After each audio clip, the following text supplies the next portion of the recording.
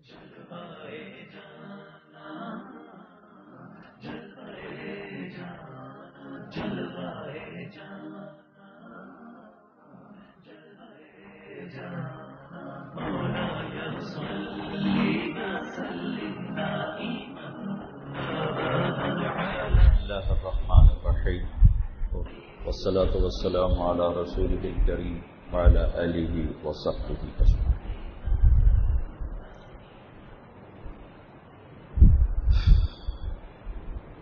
آپ سے ملنے آیا ہوں، آپ کی زیارت کرنے آیا ہوں اور آپ سے دعا لینے آیا ہوں،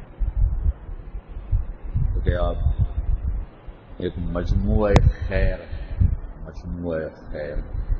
اور آپ سب شاب نشأ فی عبادت اللہ کا سب مصداق، اور اب آپ شبان ہیں، شاب کی جمع شبان، نشأوا فی عبادت اللہ، اور پھر آپ اللہ کے راستے میں کہ طلب علم تو فی اللہ کا راستہ ہے، تو آپ اللہ کے راستے میں، اور اللہ کے راستے میں دعائیں قبول ہوتی، صبح سے شام تک آپ اعمال خیر میں ہیں، کوئی ایسے بڑے معاصی کی فضا نہیں، باقی انسان اور خطا تو لازم اور ملزوم چیزیں ہیں، لیکن آپ ایک اچھی فضا میں ہیں، ایسے گناہوں کا بھی کوئی یہاں کوئی نہیں، کسی سے ہو جاتا ہوگا تو یقیناً وہ ندامت کے ساتھ توبہ بھی کرتا ہو. تو میں تو خود غرض بن کے آیا ہوں، خود غرض آپ سے دعا لینی ہے، آپ کی ملاقات سے آئی. میرے گرد جو حالات پیدا ہو گئے ہیں وہ اللہ کی بہت بڑی نعمت ہیں اور بہت بڑا امتحان ہے. اتنی بڑی نعمت ہیں کہ کروڑوں برس کا سجدہ کروں تو کسی ایک نعمت کے ایک ذرے کا شکر ادا نہیں ہو سکتا، اور اتنا بڑا امتحان ہے کہ میری جان سولی پہ لٹکی، میں ایسے تڑپتا ہوں جیسے مچھلی تڑپتی ہے. ماہی بے آب سنیں، ماہی بے آب، کافی پرانی بات ہے. بچوں کے ساتھ ناران کاغان گیا تو وہاں ایک ہمارے دوست ہیں، ان کے ہوٹلز ہیں، شوگران میں بھی ہے، ناران میں بھی ہے، اور درمیان میں ایک اور جگہ آتی تھی، بڑی خوبصورت سی چھوٹی سی وادی تھی، وہاں بھی ہے. پہلے انہوں نے ہمیں وہاں ٹھہرایا تو ان کا ٹراؤٹ بہت اچھی مچھلی ہوتی ہے. ٹراؤٹ وہ پانی کے مخالف سمت چلتی ہے، آبشار کے اوپر چڑھ جاتی، تو بہت خوبصورت ہوتی. تو ان کا فارم تھا، تو ان کے ہوٹل کے جو مینجمنٹ تھی وہ میرے پاس ہے کہ ہم آپ کو وہاں لے جاتے ہیں، تو جو آپ مچھلی پسند کریں گے وہ ہم اسی وقت تازہ نکال کے پھر یہاں آپ کو بنا کر پیش کریں گے. چلے گئے، فش فارم دیکھا، بہت خوبصورت مچھلی. اس نے مچھلی کو نکالا، میں نے کہا یہ پکڑو، اور اس کو ڈالا ادھر ایک برتن میں. تو جو تڑپی ہے نا، تو میں تو عاشق مزاج آدمی ہوں اور ادبی مزاج ہے، وہ مجھے تو اس کا تڑپنا دیکھ کے اپنا مزہ ہی بھول گیا. میں کہ یار بس کر، میں نہیں دیکھ سکتی، چھوڑ دے. پھر اس نے 2-3 اور ڈال دیں، تو ان کا وہ جو تڑپنا تھا نا، تو اس نے مجھے کھانے کا مزہ ہی بھلا دیا. تو وہ جو سنتے تھے کہ ماہی بے آب کی طرح تڑپنا، تو اس دن میں نے اس کو فزیکلی دیکھا تو مجھے اس کے تڑپنے نے نا بے چین کر، تو میں شام کو مزہ ہی نہیں لے سکا اس کے کھانے کا۔ مجھے مچھلی پسند نہیں ہے، اسمیل ہوتی ہے، ٹراؤٹ میں اسمیل نہیں ہوتی، وہ میں شوق سے کھا لیتا تھا، وہ کھانا ہی بھول گیا میں، مجھے اس کا تڑپنا ہی یاد آ رہا تھا، ماہی بے آب۔ تو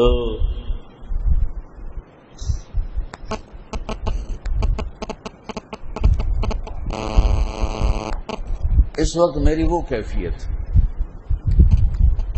اس شہرت اور اس واہ واہ کے اندر مجھے لگتا ہے جیسے میں تلوار کی دھار کے اوپر چل رہا ہوں، یا ہزاروں فٹ چوٹی ہے ہمالیہ پہاڑ سے بھی بلند، اور ایسے باریک اس کے اوپر راستہ ہے، اور دونوں طرف ہزاروں لاکھوں فٹ گہری کھائیاں ہیں، ذرا سا بھی قدم پھسلا تو میری لاش بھی نہیں ملی، میری ہڈیاں بھی نہیں ملی۔ تو بہت کشمکش،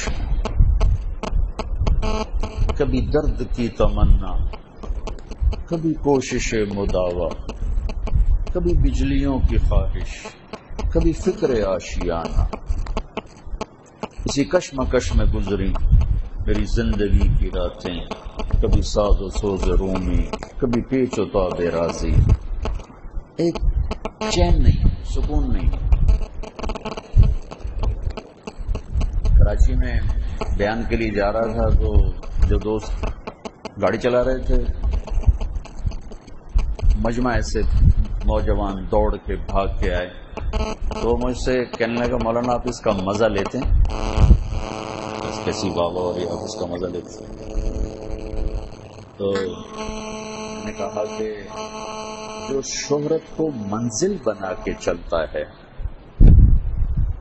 دولت کو، عزت کو، شہرت کو اپنی محنت کا ہدف بنا کے چلتا ہے، اسے جب وہ ملتی ہے تو وہ تو مزہ لیتا ہے کہ مجھے وہ مل گیا جو میں چاہتا تھا، اور کامیاب ہو گیا ہوں۔ میں تو گھر سے نکلا تھا اللہ کی طلب میں تو اللہ کو ڈھونڈنے نکلا۔ رش میں پھنس جائے گاڑی تو آدمی کو مزہ آتا ہے یا پریشانی ہوتی ہے؟ گاڑی رش میں پھنس جائے تو مزہ آتا ہے یا پریشانی ہوتی ہے؟ میں ہر جگہ بڑا صبر والا ہوں، لیکن یہ رش میں پھنس جائے تو میں بڑا بے صبر ہو جاتا، پتہ نہیں کیا چکر، تو میں بالکل ٹینس ہو جاتا ہوں۔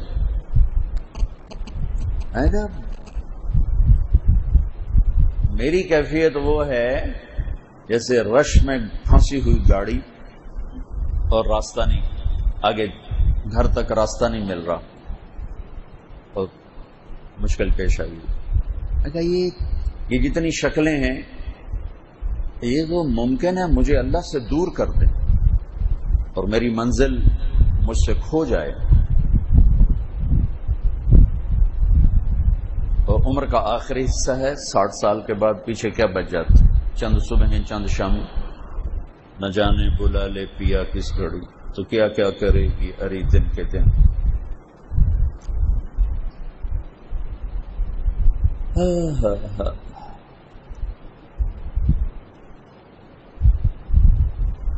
نہ جانے کس گلی میں، کس گھڑی میں زندگی کی شام ہو جائے۔ اب تو شام قریب ہے، ہاں یہ اللہ کی نعمت ہے، میں اس پہ شکر ادا کرتا ہوں کہ اللہ تیرا شکر ہے، میں گمنام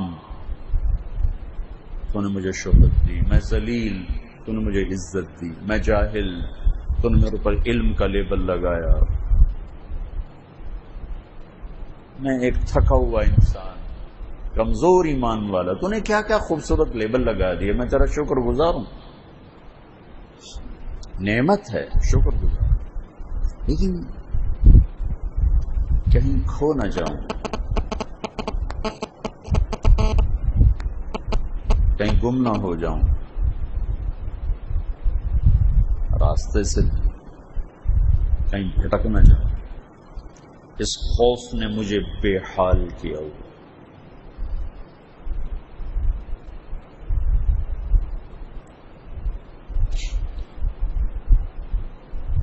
پہلے تنہائی میں مجھے اتنا رونا نہیں آتا تھا، لیکن اب میرے آنسو نہیں رکتے، خوف چھا گیا۔ جتنی بڑی نعمت ہوتی ہے اتنا بڑا امتحان ہوتا ہے، جتنی بڑی نعمت ہوتی ہے اتنا بڑا شکر کا مطالبہ ہوتا ہے، جتنا بڑا اللہ تعالیٰ انسان کو مختلف زاویوں سے لوگوں کو نظروں میں بڑا کرتا چلا جاتا ہے، اللہ ہی بڑا کرتا ہے، اللہ ہی چھوٹا کرتا ہے، ایک سیکنڈ لگتا ہے، ایک سیکنڈ۔ وَتُعِزُّ مَن تَشَاءُ وَتُذِلُّ مَن تَشَاءُ۔ مجھے کبھی دھوکہ نہیں لگا، اللہ کا فضل ہے۔ میں درمیانے درجے کا مسلمان، درمیان، بہت اعلیٰ بھی نہیں اور بہت نیچے بھی نہیں، درمیانے درجے کا مسلمان ہوں۔ اذا سرت کا حسنۃ وساءت کا سیئۃ فانت مؤمن، بس میں یہ ایمان والا ہوں کہ نیکی کر کے خوشی ہوتی ہے، خطا ہوتی ہے، دکھ ہوتا ہے، سینہ کٹتا ہے، پریشان ہوتا ہوں، لیکن وہ نفس مطمئنہ والا مسلمان نہیں، نفس لوامہ والا مسلمان، اور نفس امارہ والا بھی نہیں ہوں، اللہ کا شکر ہے، نفس امارہ والا بھی نہیں، نفس مطمئنہ والا بھی نہیں ہوں، وہ نفس لوامہ والا ہوں۔ کچھ ہو جائے اچھا تو خوش ہوتے ہیں، برا کر بیٹھیں تو اس کی محنت کرتے ہیں، آہوزاری کرتے ہیں۔ تو ایک عجب سا منظر میرے چاروں طرف قائم ہوا ہے جو سمجھ سے بالا تر ہے۔ تو مجھے اللہ اس میں نا کہیں گم نہ ہونے، میں گم نہ ہو جاؤں، کہیں نفس و شیطان میرے ساتھ کوئی چکر نہ چلا جائے، کوئی ایسا ناٹک نہ کھیل جائیں تو میں اسی میں گم ہو جاؤں اور اپنی منزل سے غافل ہو جاؤں۔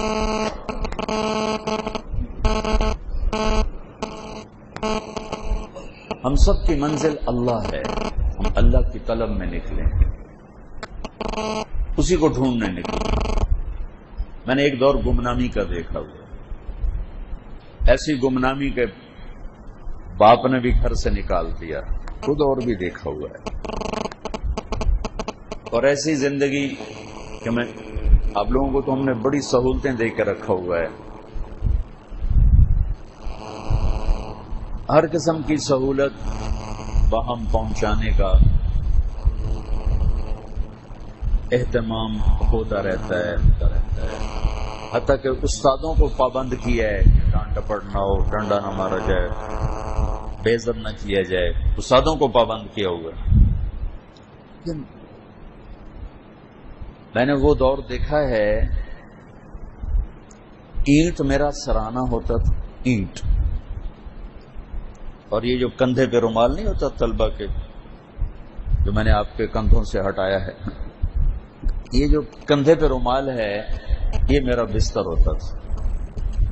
اس رومال کے کونے کو تھوڑا سا گول کر کے میں اینٹ کے اوپر رکھ لیتا تھا تاکہ اس کی سختی میں تھوڑی کمی آ جائے، اور باقی جو بچ جاتا تھا اگر کوئی چٹائی مل جاتی تو وہ میں بچھا لیتا تھا اور اس کے اوپر وہ رومال، اور اگر چٹائی نہ ملتی میں ڈھونڈتا، کبھی ڈھونڈتا تھا کبھی اکثر نہیں ڈھونڈتا تھا، تو چٹائیاں تھوڑی ہوتی تھیں اور لینے والے زیادہ ہوتے تھے، تو پھر میں اس مقابلے میں نہیں پڑتا تھا۔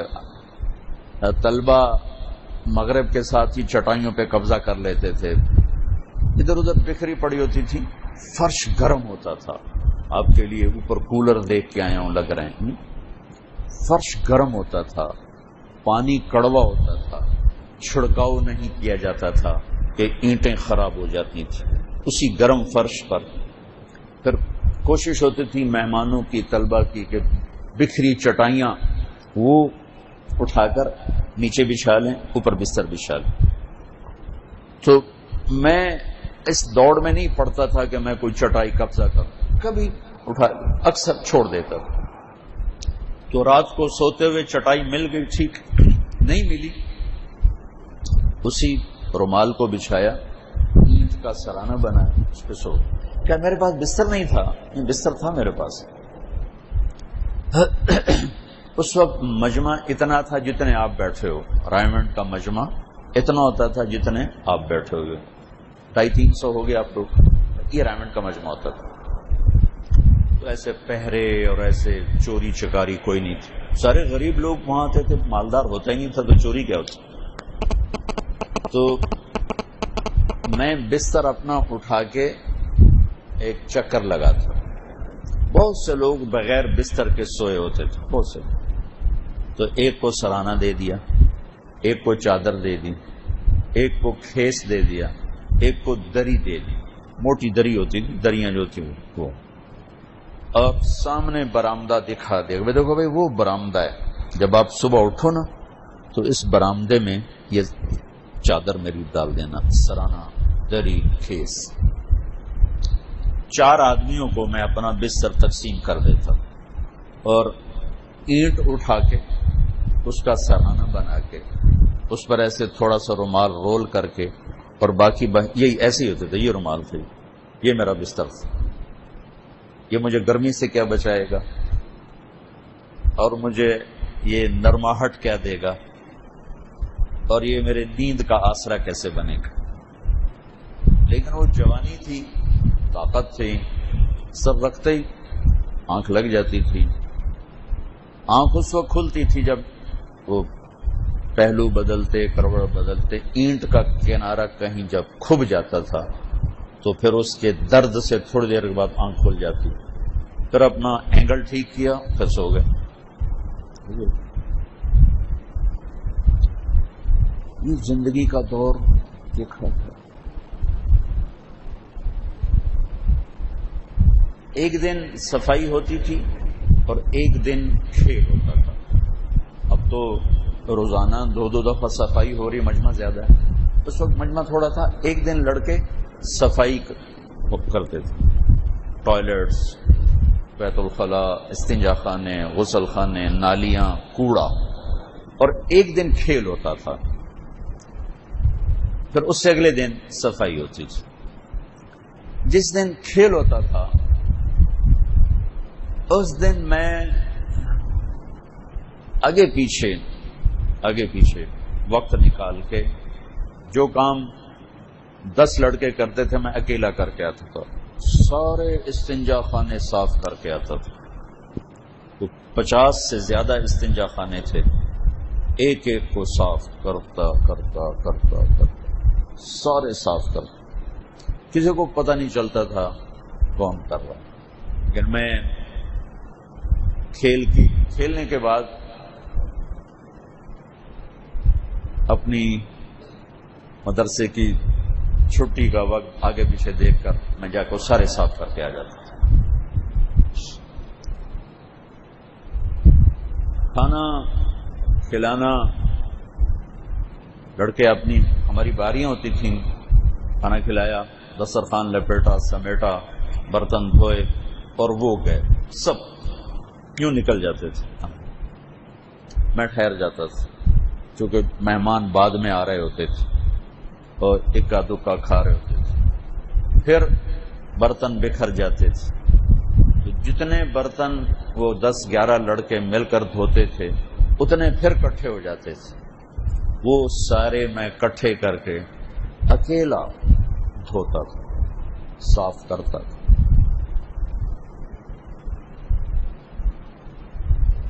پتہ نہیں کسی کی دعا لگ گئی یا کیا ہوا.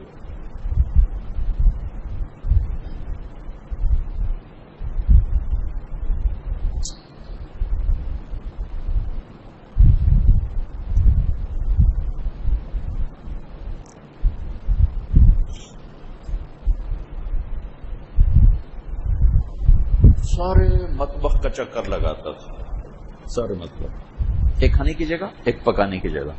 پکانے کی جگہ پہ پکانے والے کھانا کھا رہے ہوتے تھے، تو ہماری قوم سلیقے سے تو محروم ہے. قرینہ، سلیقہ یہ زندگی کا حصہ ہے. لیکن تمہارے بھی اوپر دیکھ کر آئے ہوں بکھرے ہوئے بستر، لگتا ہے جیسے کسی بچڑ خانے سے گزر کے آیا ہو.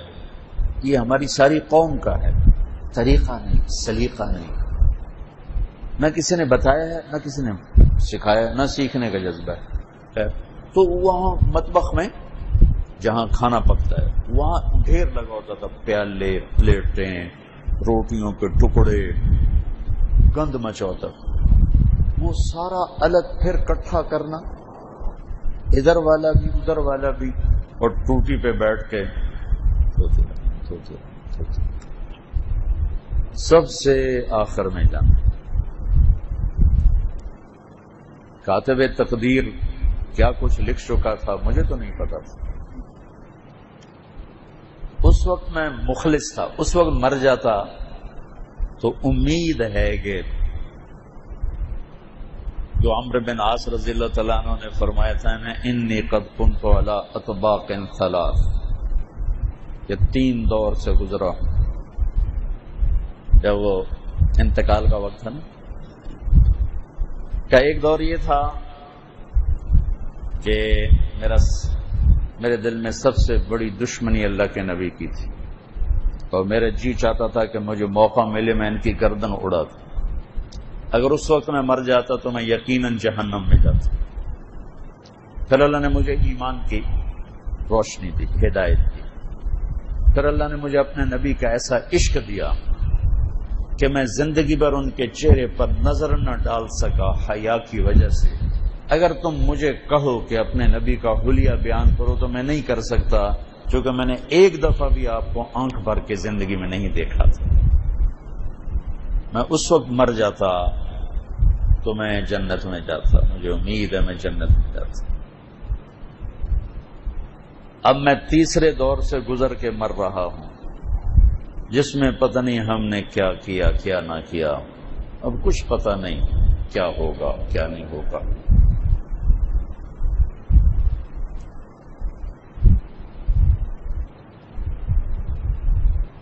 تو انہوں نے ایک دعا مانگی. وہ دعا میں روز مانگتا ہوں، روز مانگتا ہوں. اللہم لا بریء فاعتذر، اللہم لا بریء فاعتذر ولا قوی فانتصر ولا قوی فانتصر ولا مستنکر بل مستغفر ولا مستنکر بل مستغفر.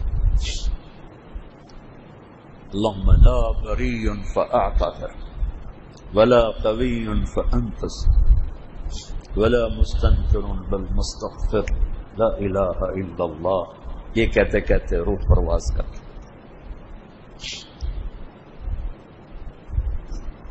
میں نے اس کو یوں کیا ہے، یہ میری روز کی دعا ہے تقریبا. اللہم انی ما قدرت حق قدرک. یہ میں ایک جملے کا اضافہ اس میں نے کیا ہوا. اللہم انی ما قدرت حق قدرک فلا بریء فاعتذر ولا قوی فانتصر ولا مستنکر بل مستغفر. لا الہ الا اللہ.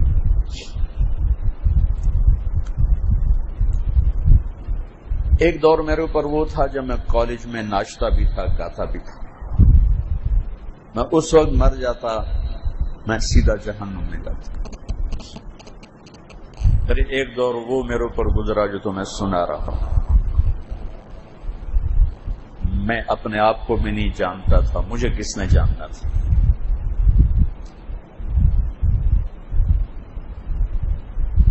اور اللہ کے سوا کوئی منزل نہیں تھی، اور اللہ کے سوا کوئی طلب نہیں تھی. کچھ سامنے تھا ہی نہیں نیت کو خراب کرنے والا. اس وقت اللہ بلا لیتا تو اس کے خزانوں سے امید تھی کہ سیدھے ٹپ جاتے، پار ہو جاتے. اب یہ تیسرا دور ہے اس میں شہرت، واہ واہ، پتہ نہیں انجام کیا ہوگا، مجھے نہیں پتہ۔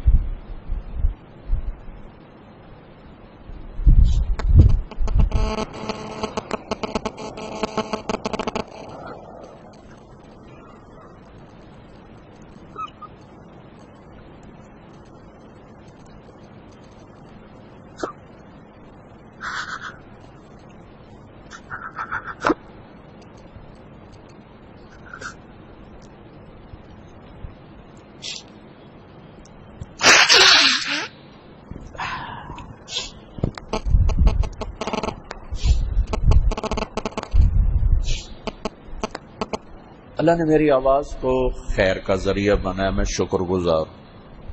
اللہ اس کے ذریعے سے لوگوں کے دلوں کو پھیر رہا ہے، میں اس کا شکر گزار۔ تمام طبقات امت میں اور تمام مسالک اور مکاتب فکر میں اللہ تعالیٰ لوگوں کے دلوں میں محبت پیدا کر رہا ہے۔ یہ ایسا کبھی ہوا نہیں۔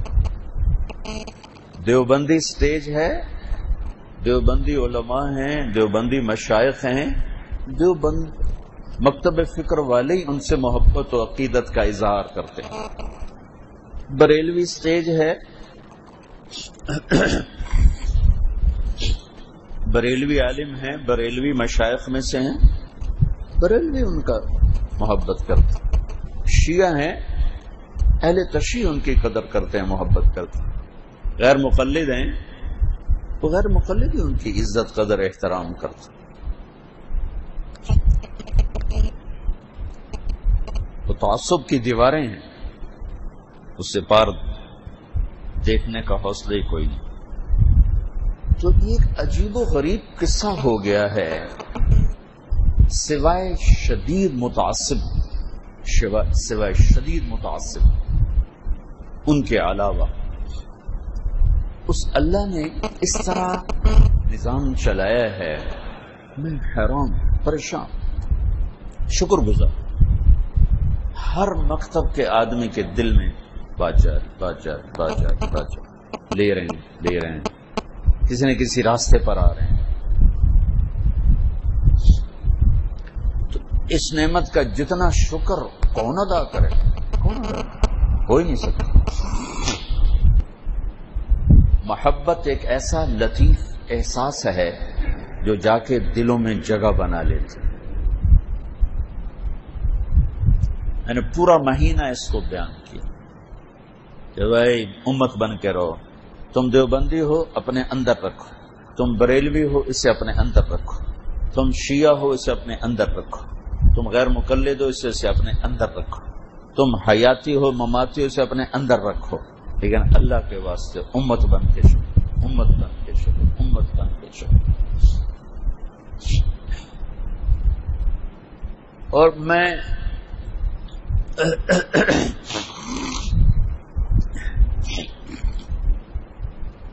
سمجھتا ہوں، میرا خیال ہے کہ جو میرے دل میں اللہ نے سب کی محبت ڈال دی، مجھے کسی سے نفرت کوئی۔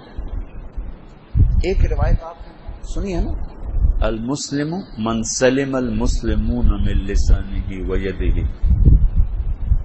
رات میں نے روایت پڑھی مسند احمد، ایسے اپنے اب پڑھنا پڑھانا تو ختم ہو گیا، کتاب ایسے الٹ پلٹ کے دیکھ رہا تھا تو مسند احمد کی روایت، المسلم من سلم الناس من لسانه ويده، من سلم الناس، المسلمون نہیں کہا، الناس، وہ صحیح حدیث ہے۔ اور یہ تو مشہور حدیث ہے جو تقریباً روزانہ میں بیان کرتا ہوں، یا بنی لانس ان استطعت ان تصبح وتمسی وليس في قلبك غش لاحد غش لمسلم نہیں لاحد فافعل، ثم قال یا بنی وذلك من سنتی، یہ ہے میری عظیم الشان سنت۔ ایک آپ سے دعا لینا چاہتا ہوں، پریشان ہوں، اور ایک اللہ سے بات کرتا ہوں، یا اللہ بات یہ ہے، ایک صرف تجھے پتا ہے کہ میں اندر سے کھوٹا ہوں، لوگ سمجھتے ہیں میں بہت ٹھیک ہوں، اب تیرے بندوں نے نا مجھے تیرے نیک بندوں میں کھڑا کر دیا ہے، اگر تو نے میرے راز کھول دیے نا تیرے نیک بندے بدنام ہو جائیں.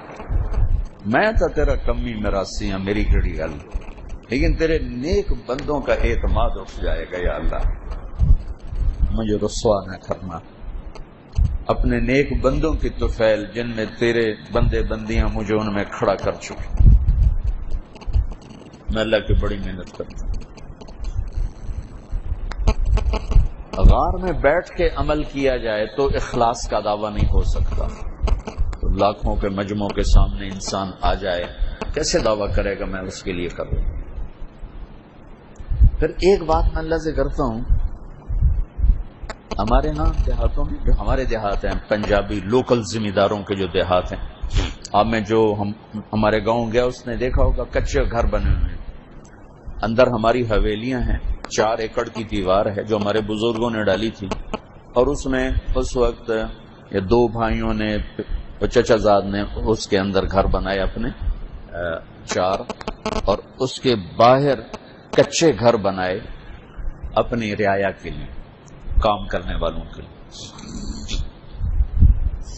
ان میں اب بعض ایسے ہیں جن کی 5ویں پشت ہمارے پاس پل رہی. یہ جو ابھی ڈرائیور میرے ساتھ آیا ہے یہ 5ویں پشت ہے ہمارے پاس، 4تھی اس کا بیٹا بھی 5ویں پشت.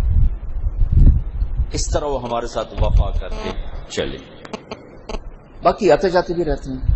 تو ہمارے بزرگ وہ بڑے جابر لوگ تھے، بڑے جابر لوگ تھے. تمہیں ایک چھوٹا سا واقعہ سناتے ہیں. ہم جا رہے تھے اسکول پرائمری، 8-10 بچے چھوٹے چھوٹے، دوسری تھی اسکول.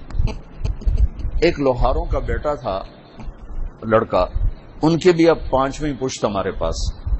اس کا نام تھا اللہ بخش، اس کو ہم بکھو بکھو کہتے تھے، بکھو لوہار. اس نے میرے کندھے پہ ہاتھ رکھا ہوا تھا، یہاں اس کندھے پہ، اور ہم ایسے گزرے تو میرے چاچا میاں محمد رمضان رحمت اللہ علیہ ہو گئے، فوت ہو، ساری قبروں میں چلے گئے. وہ بیٹھے تھے ڈیرے میں. انہوں نے کہا اے بکھوا دیا، ہم سارے ہی چلے گئے. تو پتہ نہیں چاچا کی آدھا ہے، چھوٹ چھوٹ میرے خیال ہے 8-9 سال کی عمر ہو. تو انہوں نے جوتا اٹھایا اور اس کو مارنا شروع کیا بے رحمی کے ساتھ، اتنی بے رحمی کے ساتھ کہ میرے دل میں اپنے چاچا کی نفرت پیدا ہو گئی. کیا کر رہا ہے؟ وہ مارے جا رہا ہے، کچھ بھی نہیں کر رہا، مارے جا رہا ہے. میاں معافی دے، مار مار مار. آخر میں کیا کہا؟ تو سردار دے موڈے تے ہاتھ رکھنا ہے کمی ہو کے. کیا کہا؟ تو کمی ہو کے سردار دے موڈے تے ہاتھ رکھنا ہے. اس نے میرے کندھے پہ ہاتھ رکھا ہوا. یہ ہمارا کلچر تھا. ہر دوسرے تیسرے دن میرے باپ نے کسی کو گرایا ہوتا تھا اور مار مار مار اس کا حشر خراب کیا ہوتا تھا. اپنے بچپن میں دیکھا. جب وہ کسی پہ ناراض ہو جاتے زیادہ تو کہتے مطلب اس کو گاؤں سے نکال دو، اس کو گاؤں سے نکال دو اور اس کا سامان اٹھوا دو اور اس کو یہاں سے کہو یہ نکل جائے. پھر وہ آ کے پاؤں پڑتا، محنت کرتا، میاں میں کتنے جاواں، میرے کو تا کوٹھا ہی کوئی نہیں، میرے کو تا چھت ہی کوئی نہیں. وہ بڑے سخت ہوتے تھے، وہ نرم نہیں ہوتے تھے، نہیں نرم ہوتے تھے. تو بس ٹھیک ہے جا کے دیں ٹھکانا بناتے نکل جائے. پھر کہتا میاں 8,000 دیں مہلت دے. میں کدیں کسی کو کوٹھا مانگ لیں تو مڑ میں لگا جاسا. ہاں اس کے لیے 2 لفظ استعمال کیے جاتے تھے. یہ میں نے آپ کو پس منظر بتایا. اب یہ ایک ہوتا مڈی، ایک ہوتا ہے بھانڈا. بھانڈے یہ مفرد اور مڈی یہ جمع کو، پورے سامان کو مڈی کہتے ہیں اور چھوٹے چھوٹے چیز کو بھانڈے کہتے ہیں. سمجھ گئے میری بات؟ تو ہمارے بزرگوں کے الفاظ میرے کانوں میں گونج رہے ہیں. ایدی مڈی چباؤ، ایدے بھانڈے کڈو. یہ 2 لفظ ہوتے. ایدی مڈی چباؤ، ایدے بھانڈے کڈو. وہ آگے منتیں کر. اب بھی میں دھندلا سا دیکھ رہا ہوں کہ ریڑیوں پہ سامان لادا ہوا ہے اور بچوں کو ساتھ لیا ہوا ہے اور اندیکھی راہوں پر جا رہے ہیں، پتہ نہیں کہاں کوئی ٹھکانہ ملے گا کہ نہیں ملے گا۔ ایک 55 کے واقعات نقش ہیں، تو میں اپنے اللہ سے یہ کہا کرتا ہوں، یا اللہ میری مڈی نہ چما، میرے بھانڈے نہ کٹا، میرے کو اچھا تھی میرے کو تو ٹھکانا، تو بڑا بڑا سردار رب ہے، تیرے خزانے کیڑا کھو گاٹا پہ جانا ہے، میرے یا نکمے میں توڑ چھڑے، میرے بھانڈے نہ کٹ چما، میری مڈی نہ چما، میرے بھانڈے نہ کٹانے، یا اللہ میرے کو تو ٹھکانا ہی کوئی نہیں۔ میں کہیں جہاں میں اما ملی، جو اما ملی تو کہاں ملی، میرے جرم خانہ خراب کو تیرے عفو بندہ نواز کون ہے؟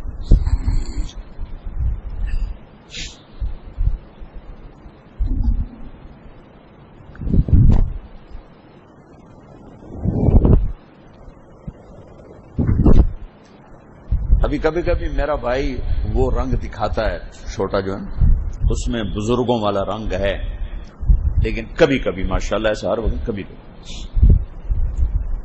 تو وہ کہتا ہے نا کہتے بھانڈے کٹا دو، مٹی چبا دو۔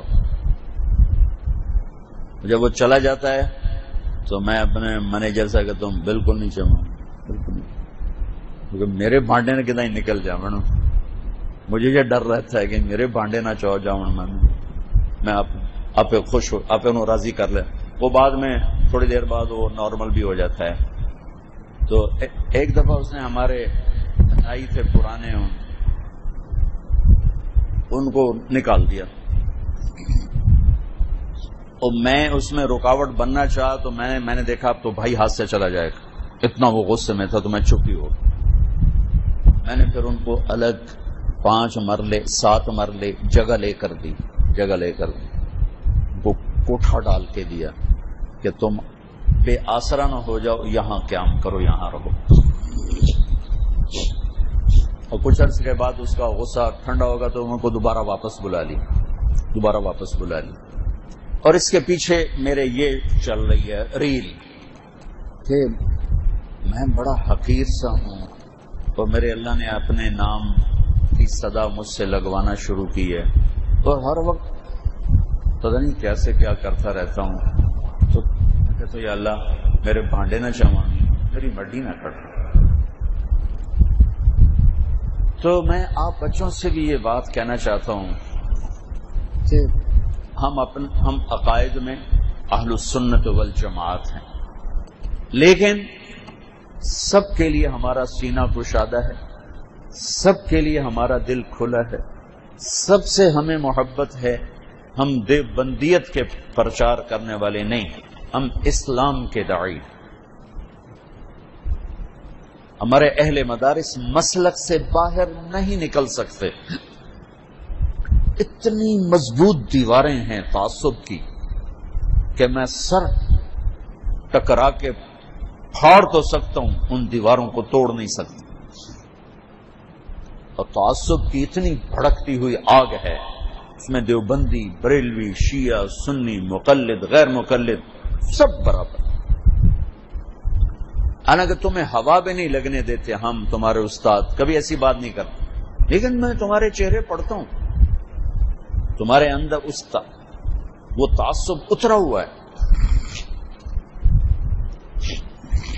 ایک دفعہ یہاں میں نے بچوں کو موقع دے، کوئی پوچھنا ہے تو پوچھو، اتنے زہر بھرے سوال لڑکوں نے کیے کہ میں رونے بیٹھ گیا کہ یا اللہ میں اس واسطے مدرسہ بنایا ہے کہ میں ڈنگ نہیں کٹ سکے، تو مجھے لئی پھر دن سارا زار اپنے اندر۔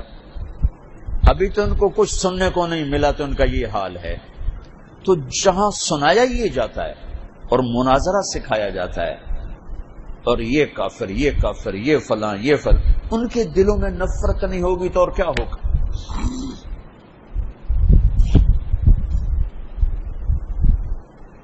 اللہ میرے اساتذہ کو کروٹ رحمتیں نصیب فرمائے جو قبروں میں چلے گئے، اور بہت جزائے خیر عطا فرمائے ان کی نسلوں کو شاد آباد کرے جو زندہ ہیں. اللہ کی قسم 7 سال میں ایک لفظ نہیں سنا بریلیوں کے خلاف، شیعہ کے خلاف، غیر مقلد کے خلاف، نافرمان طبقے کے خلاف.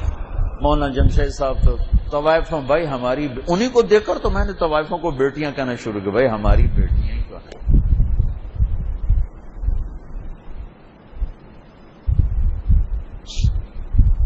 سائمہ خان ایک لڑکی تھی بہت فحش ناچنے والی، اس کو کسی نے گولی مار دی تو مولانا جمشید صاحب نے پوچھنے کے لیے اب بھیجا، بھائی ہماری طرف سے بیٹی کو پوچھ کے آؤ اس کا کیا حال ہے.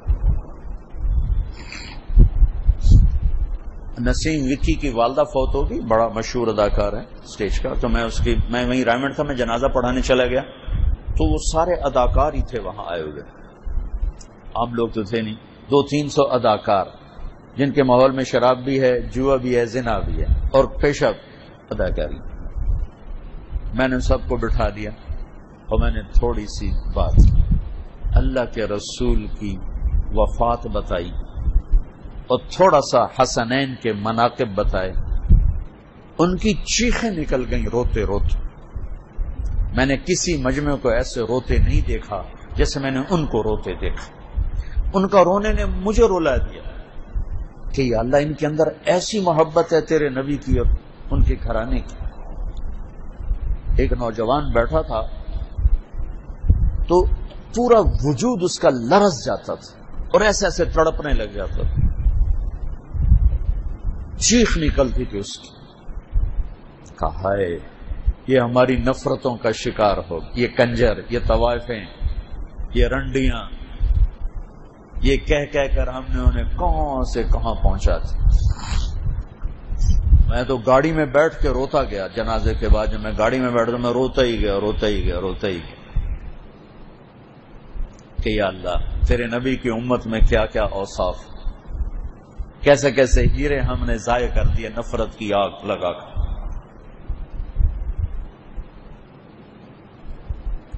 تو ان میں ایک اداکار کہنے لگا جی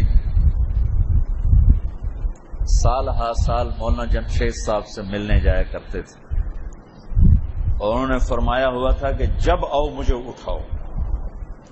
اور مولانا جمشید صاحب رحمت اللہ علیہ جیسی مجاہدانہ اور زاہدانہ زندگی پورے رائمنڈ میں نے کسی کی نہیں دیکھی. وہ تھک کے چور ہو کر گرتے تھے تو رات کو 2 بجے آ کر ان کو اداکار اٹھاتے تو آنکھ کھلنے سے پہلے کہتے مرحبا مرحبا مرحبا.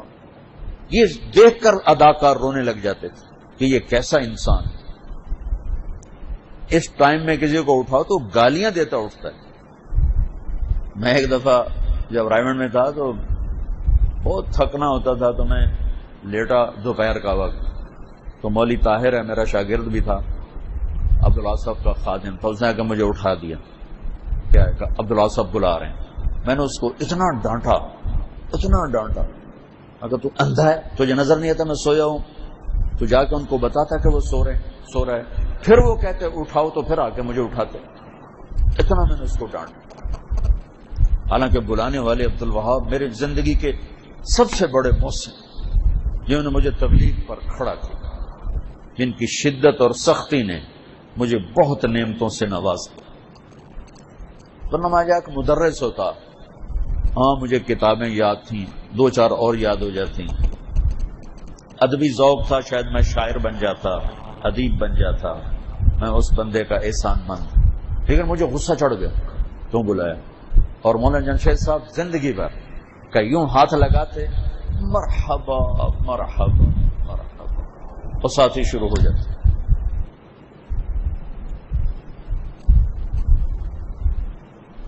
ان استادوں کا ہمارے پر مزاج بنانے میں ان ہستیوں کو دخل ہے.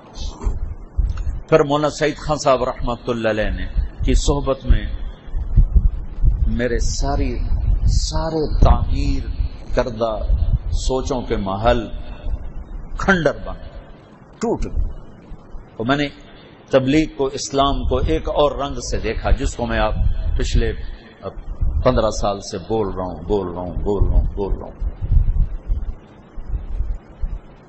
آپ سے بھی کہتا ہوں اپنے عقائد پہ پختہ رہو، لیکن دیوبندی بن کے نہ چلو، امتی بن کے چلو. اس بھڑکتی آگ کو بجھانا ہے، اس کو بڑھانا نہیں، بجھانا ہے. تبلیغ نے یہ فاصلے مٹائے ہیں. تبلیغ کا کام نہ ہوتا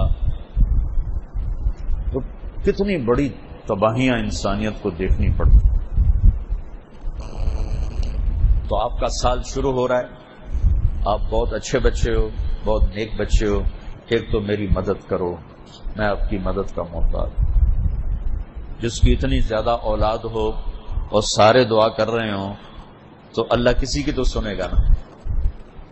200-300 بیٹے ہوں اور سب نفل پڑھ کے دعا کر رہے ہوں اپنے باپ کے لیے تو اللہ تعالیٰ کسی کی تو سنے گا.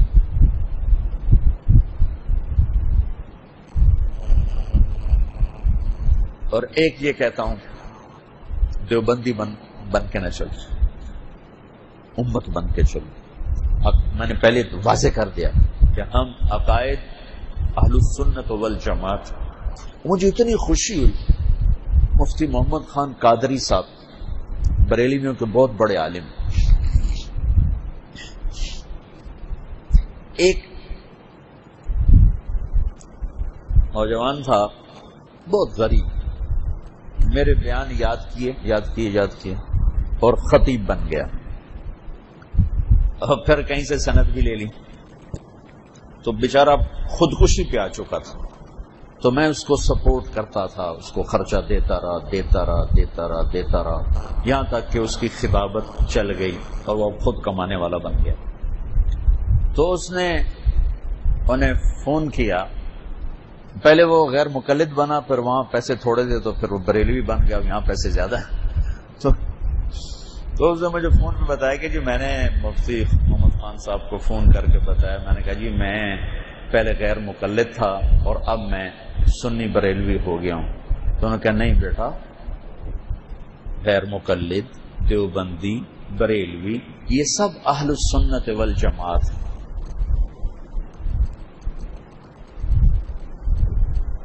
تو دل اتنا ہو گیا کہ ایک بریلوی مفتی یہ فرما رہے ہیں کہ نہیں بیٹا، غیر مقلد، دیوبندی، بریلوی یہ سب اہل السنت والجماعت.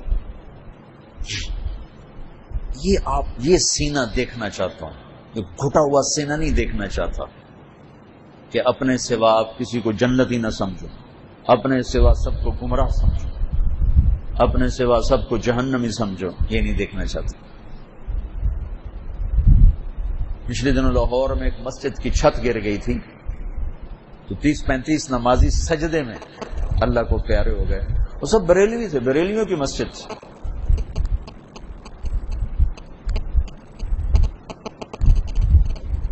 میرے اللہ نے تو ان کو سجدے میں اٹھایا، تم ان کو جہنمی کہتے رہو. تو میرے عزیزو امت بن کے چلو. سال کا شروع ہے. عقائد مسائل درسگاہ کے لیے ہیں، ممبر کے لیے نہیں ہے. عقائد اور مسائل کی بحث درسگاہ میں ہوتی ہے، ممبر پہ نہیں ہوتی. ممبر پہ اسلام بیان کیا جاتا ہے، درسگاہ میں احکام بیان کیے جاتے ہیں. ہاتھ یہاں باندھنے ہیں، یہاں باندھنا، رفع یدین کرنا ہے، نہیں کرنا ہے، یہ ممبر کی باتیں نہیں ہیں. اس کو خطیبوں نے جب ممبر پر پہنچایا تو ساری امت میں آگ لگی. یہ سرگودا، جوراباد، گجرات کی طرف یہ حیاتی مماتی نے کتنی آگ لگائی. قتل تک لوگ پہنچے، کفر تک لوگ پہنچے.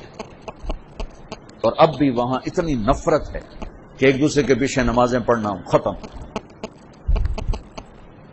تم لوگوں کا فتویٰ ہے کہ ان کے پیچھے نماز پڑھنا مکروہ ہے، تحریمی ہے، واجب الاعادہ ہے. تمہارے مدرسے کے بھی اس پہ سائن ہے. پتہ نہیں مجھ سے انہوں نے پتہ نہیں کہاں سے لے لیے سائن، مجھے دکھائے. میں کہا یار میں تو کدی نہیں کیتے، پتہ نہیں سوتیاں کر دیتے ہوں. وہ تمہیں مشرک بنا رہے ہیں.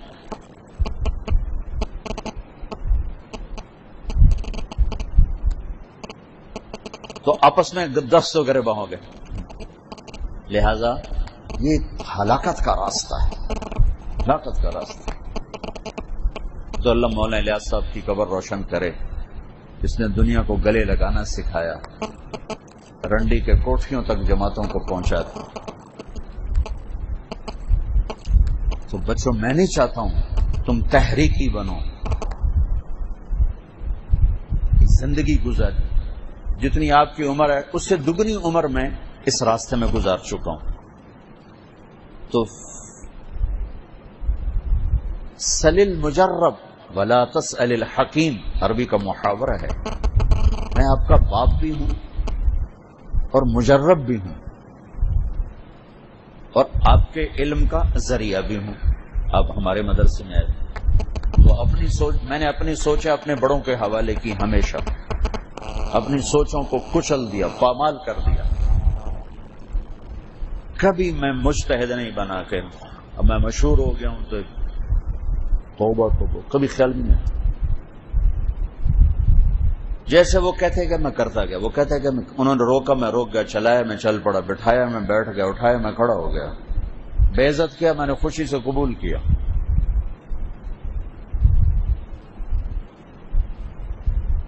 تو 20 سال کوئی چھوٹا عرصہ نہیں ہوتا ہے۔ عبداللہ صاحب مجھ سے یوں مصافحہ کرتے تھے، ہاتھ بڑھاؤ، میں آیا ہوں، یہ السلام علیکم، منہ ادھر ہوتا تھا، منہ ادھر ایسے منہ کر۔ جرت ہے کہ دوبارہ مصافحہ کرنے جاؤ، دل کرے گا دوبارہ مصافحہ کرنے کا؟ ہاں کیسے ہے جی ملنے؟ ہاں ٹھیک ہے چلو، بہت اچھا۔ سال ہا سال، اور میرے دل میں اتنی کمی کبھی نہیں آئی تھی، اتنی بال کے برابر پھکا سا۔ اس طرح بڑا عجیب تجربہ ہوا، میں بڑا شکر ادا کیا۔ میں بیان کر رہا تھا، مولانا نظر الرحمان صاحب سامنے بیٹھے ہوئے تھے۔ ایک آدمی نے مجھے خواب سنایا چند دن پہلے کہ میں نے دیکھا کہ آسمان کے اوپر نور کی چادر ہے، پوری دنیا کے اوپر ایک نور کی چادر چھائی ہوئی ہے، اس کا ایک سرا عبداللہ صاحب نے پکڑا ہوا ہے اور دوسرا سلا مولانا نظر الرحمان صاحب نے پکڑا ہوا ہے۔ خیر مجھے خواب کی ضرورت نہیں ہے، میں ان کی زندگی جانتا ہوں پچھلے 50 سال سے، کہ ایک لمحہ وہ ہستی نہ اللہ سے غافل ہے اور نہ مرجوح کام میں لگے ہیں، ہر پل کیش کیا ہے، ہر پل۔ لیکن انسانی فطرت ہے، جب کسی چیز میں زیادہ کھپ جائے تو مزاج میں شدت آ جاتی ہے۔ بڑے نرم مزاج تھے، بڑے نرم، لیکن اب بہت شدت آئی ہوئی ہے۔ وہ مجاہدہ 95 سال کی عمر میں کھڑے ہو کے نماز پڑھتے ہیں، پہلی سب میں نماز پڑھتے ہیں، اور عصر سے مغرب مسلسل مسجد میں بیٹھتے ہیں۔ یہ تو ان کا پچھلے 40-50 سال سے معمول میں دیکھ رہا ہوں۔ میں بیان کر رہا تھا، مجموع بہت زیادہ تھا، تو ان اللہ و ملائکتہ یصلون علی النبی، اللہ اور اللہ کے فرشتے اس عظیم الشان نبی پر درود پڑھتے ہیں۔ میں نے اس کو 2-3 دفعہ کہا، اللہ اور اس کے فرشتے عظیم الشان نبی پر درود پڑھتے ہیں۔ مولانا نے اتنے زور سے مجھے ڈانٹا، شکر ان کی آواز ذرا پست ہے تو قریب لوگوں کو پتہ چلا، پیچھے نہیں پتہ چلا، اتنے زور سے ڈانٹا، قرآن کا ترجمہ غلط مت کرو، پورے غصے کے ساتھ، وہ کرو جو علماء حق نے ترجمہ کیا ہے۔ میں پہلے تو گھبرا گیا کہ ہوا کیا۔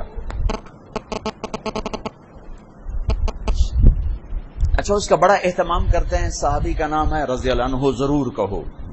میں نے کہا ایک دم وہ جب غصے میں آیا تو میں سمجھا شاید پکڑا گیا ہوں کہ میں نے کسی صحابی کا نام رضی اللہ عنہ کو بغیر کہہ دیا ہے، ٹھیک ہے۔ جب میں نے کہا قرآن کا ترجمہ غلط مت کرو، کیا ہوا؟ پھر 2-3 دفعہ شدت سے کہا، پھر کہا اللہ کے لیے درود نہیں کہتے، رحمت کہتے ہیں، علماء نے رحمت کا ترجمہ کیا ہے۔ بالکل ٹھیک، آپ کے بچے ہیں، جو آپ فرمائیں گے انشاءاللہ ویسا ہی ہوگا۔ پھر میں نے اپنے دل کو دیکھا کہ تیرے تے کوئی اثر ہے، میں نے اللہ کا سجدہ ادا کیا ممبر پر بیٹھے بیٹھے، شکر اس کا سجدہ کہ میرے دل پر ایک رائی کے دانے کے برابر کوئی ملال نہیں تھا کہ بھرے مجمع میں مجھے ٹوک دیا۔ اور بھرے مجمع میں مجھے ڈانٹ دیا.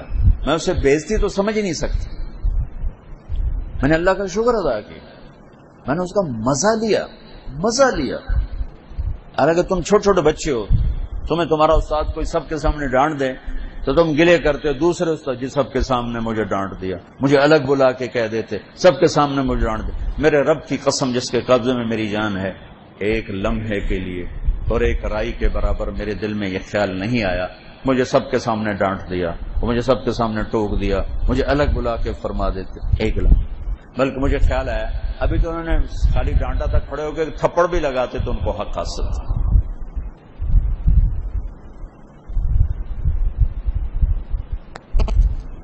جن لوگوں نے میرے اوپر احسان کیا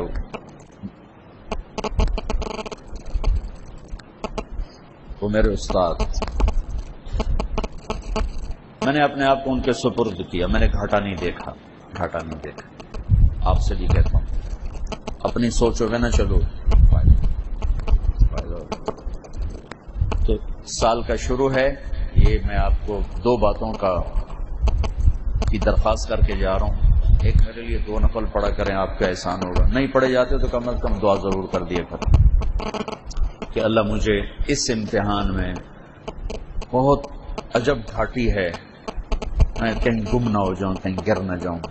اللہ عافیت سلامتی کے ساتھ اپنے پاس بلائے.